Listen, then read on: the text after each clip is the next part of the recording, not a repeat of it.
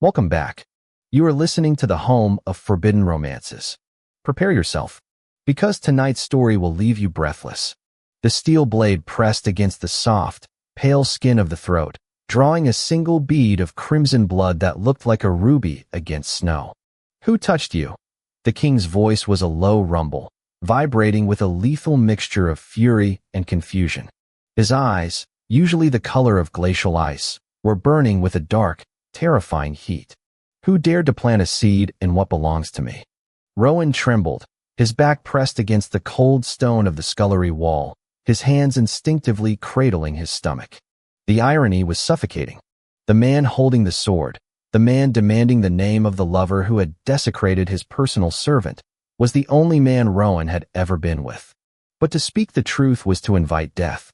King Cailan was known for two things: his absolute tyranny over the kingdom of Ethelgard, and the well-known, humiliating secret that the royal physicians whispered in shadows. The Alpha King was broken, impotent, incapable of desire or breeding.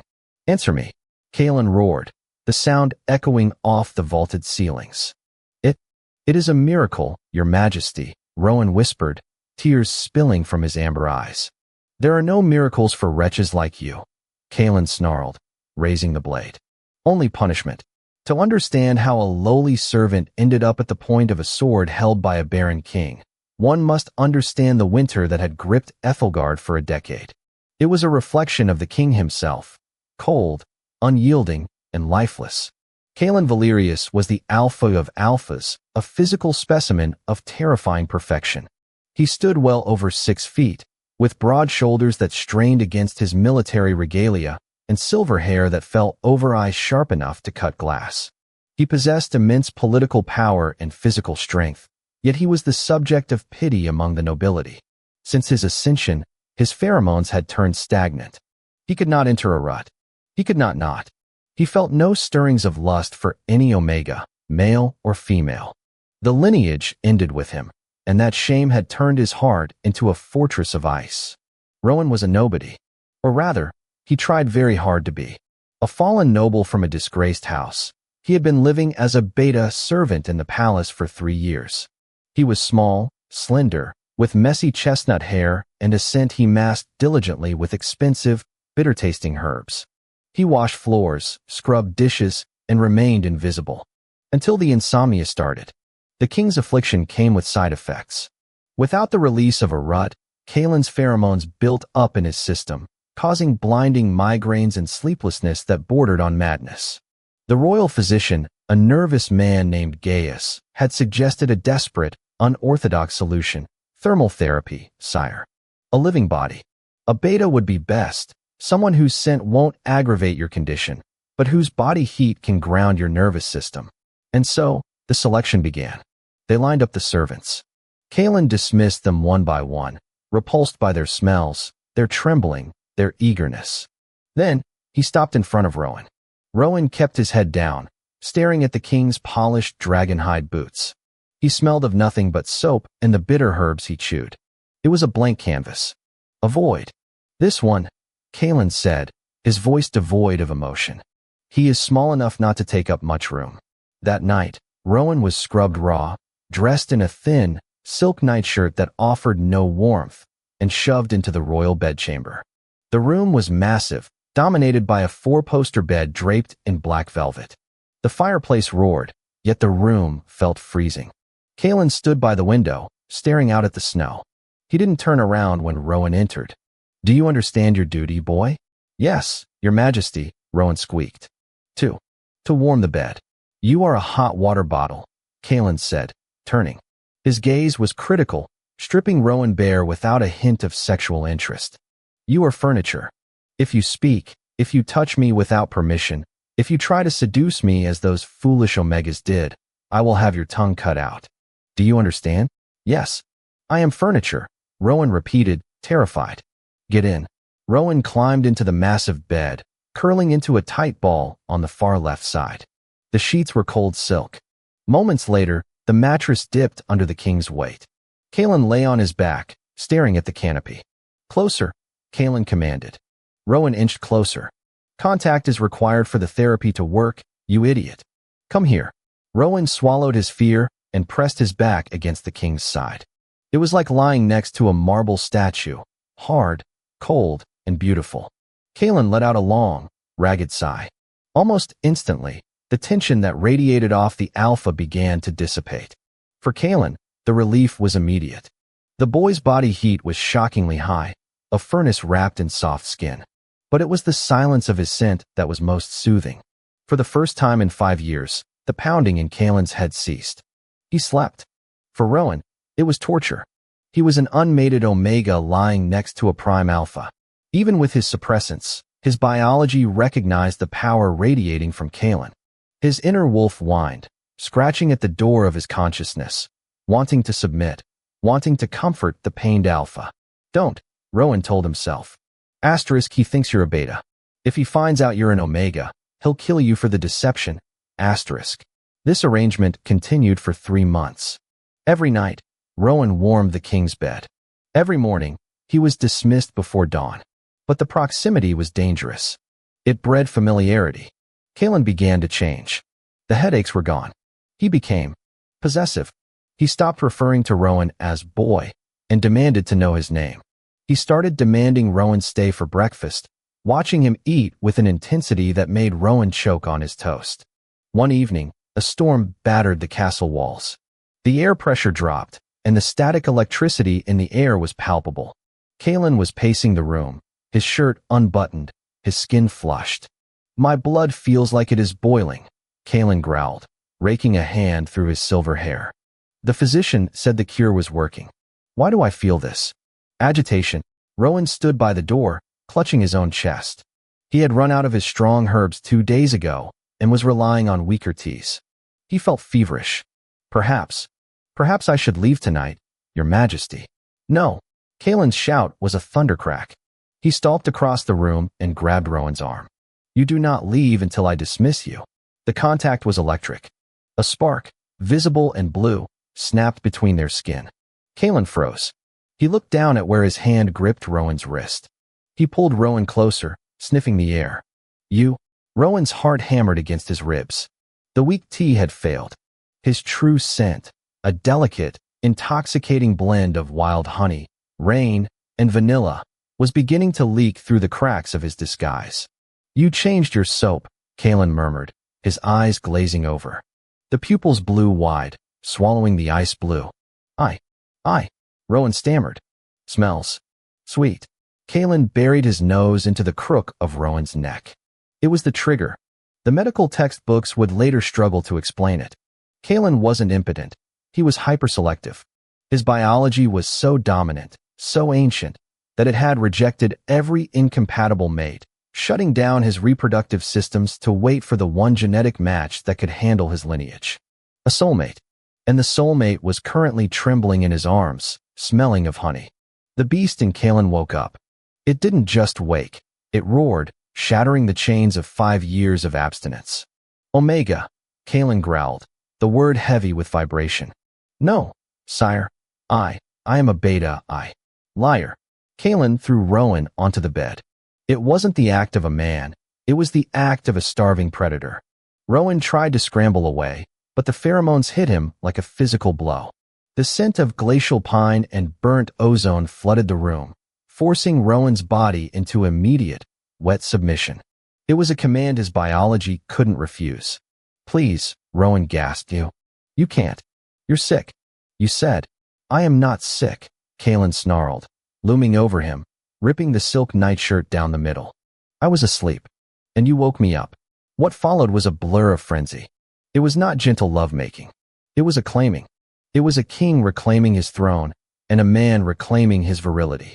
Kalen was relentless, driven by a biological imperative that overrode all logic.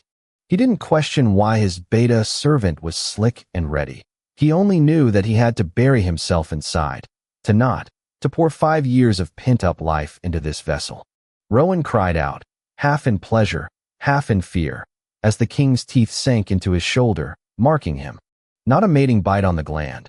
Kalen was too delirious to be that precise, but a possession mark. When Kalen finally collapsed, the knot subsiding, he fell into a coma-like sleep, heavy and satiated. Rowan lay there, broken and sore, the smell of sex and musk thick in the air. Panic set in.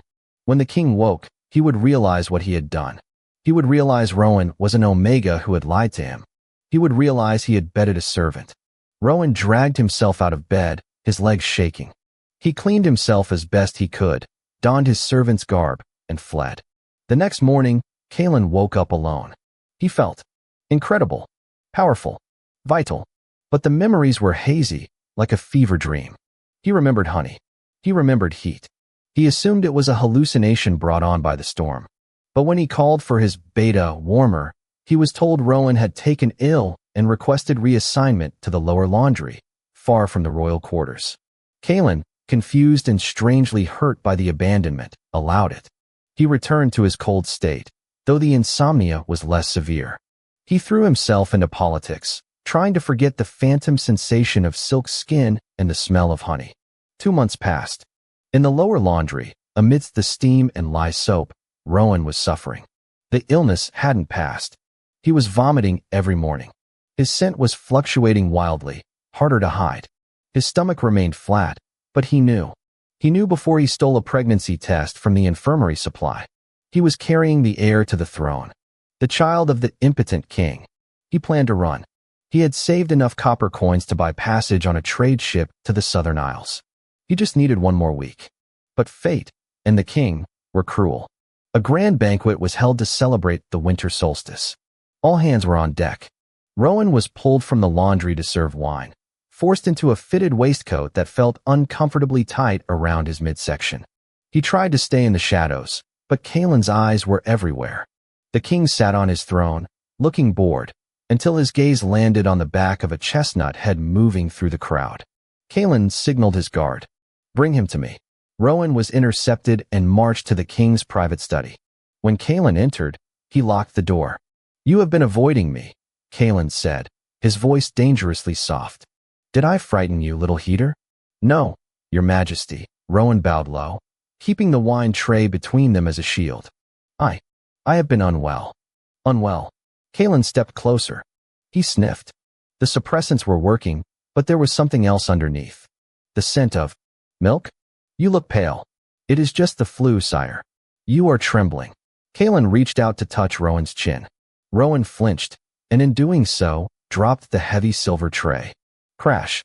He bent down to pick it up, and a wave of dizziness hit him. He swayed, his vision spotting. He collapsed, not onto the floor, but into Kaelin's lightning-fast arms. "Rowan!" Kaelin barked. He lifted the boy easily, carrying him to the velvet sofa. He began to unbutton Rowan's waistcoat to help him breathe. "No, don't." Rowan slapped the king's hands away weakly. Kaelin froze. No one touched the king. "Stop struggling." He ripped the waistcoat open. And there it was. It was subtle, barely a bump, but to an alpha's eye, the curve of the lower belly was unmistakable. The scent, now that the clothes were loosened, wafted up. No longer just honey, but honey mixed with the distinct, metallic tang of creation. Kaelin stared. His world tilted on its axis. "You?" He placed a large hand on Rowan's stomach. He could feel the second heartbeat, faint and rapid. He looked at Rowan, his face twisting into a mask of rage and disbelief. "You are pregnant." Rowan sobbed, covering his face. "How?" Kaelin whispered, the volume rising. "You are a beta. Betas cannot conceive." He ripped the rest of the shirt open, searching. He didn't find a mating mark on the neck, but he saw the gland, swollen, pink, clearly Omega. "You lied," Kaelin hissed. "You are an Omega." "I had to survive." "Who?" Kaelin stood up, the betrayal turning his blood to magma. "Who touched you?" "You were in my bed. You were my servant." "Who dared to soil you?" Kaelin's mind couldn't make the leap. He was impotent. The physicians said so. Therefore, this child could not be his.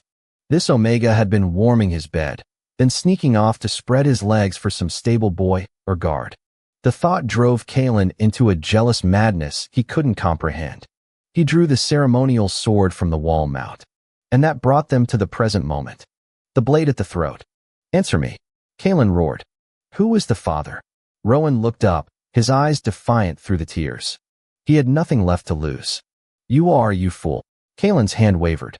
The silence that followed was deafening. Do not lie to save your skin. I am barren. My seed is dead ash. Your seed is not dead. Rowan screamed. It was the night of the storm. You lost control. You don't remember? Kaelin blinked. The memory flashed. The honey, the heat, the feeling of rightness. I thought it was a dream. I am impotent, Kaelin insisted, but his voice lacked conviction. You are not impotent with me, Rowan said softly. Because we are. Kaelin dropped the sword. It clattered loudly on the stone floor. He fell to his knees in front of the sofa, bringing his eyes level with Rowan's stomach. He reached out, his hand shaking, and hovered it over the warmth. His alpha instinct, previously dormant, surged forward. It recognized the scent. It wasn't just milk and honey. It was glacial pine. It was him. Mine. Kaelin choked out. Yours, Rowan confirmed. Kaelin pressed his face into Rowan's lap, a guttural sound ripping from his throat, half sob, half laugh. The Ice King, the tyrant, the barren failure, was crying. He wrapped his arms around Rowan's waist, burying his face against the small bump. I was going to kill you, Kaelin whispered into the fabric of Rowan's trousers. I was going to kill the only thing that matters. You still can, Rowan said, his voice trembling. I am a liar. A deceiver. Kaelin looked up, his eyes red-rimmed but fierce. You are my queen. You are the only one who could wake the dragon. You didn't deceive me, Rowan. You saved me. He stood up and lifted Rowan into his arms, ignoring the gasp of the servants who had gathered outside the open door. Prepare the royal chamber, Kaelin announced, his voice booming with a new authority, vibrating with the power of a fully restored Prime Alpha. And summon the High Priest. There will be a wedding before the moon sets. But your majesty, a guard stammered, he is a servant. Kaelin looked down at Rowan, who was clinging to his neck. He is the mother of my heir. And he is the only fire that can melt this ice. As he carried Rowan back to the bed where it all began, Kaelin whispered against his ear, You will never have to warm the bed alone again. I will burn the world down to keep you warm. And that is how the frozen tyrant found his heart in the hands of a servant. If you enjoyed seeing the Ice King finally melt for his Omega, destroy that like button. And tell me in the comments, would you forgive a husband who held a sword to your throat, even if he didn't know the truth? I'll be reading your answers. Subscribe for the next chapter. Until then, prompt image. Prompt, masterpiece, best quality, high-res, 1.2.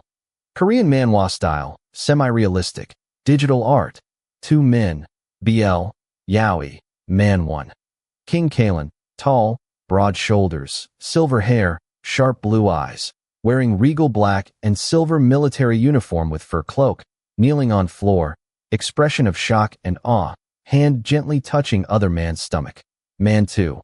Rowan, smaller frame, messy chestnut hair, wearing unbuttoned white servant shirt and dark trousers, sitting on velvet sofa, tears in amber. Eyes, looking down at King, protective hand over small baby bump. Background is luxurious dark royal study, stone walls, fireplace, discarded sword on floor, dramatic lighting, emotional atmosphere, cinematic composition, intricate details.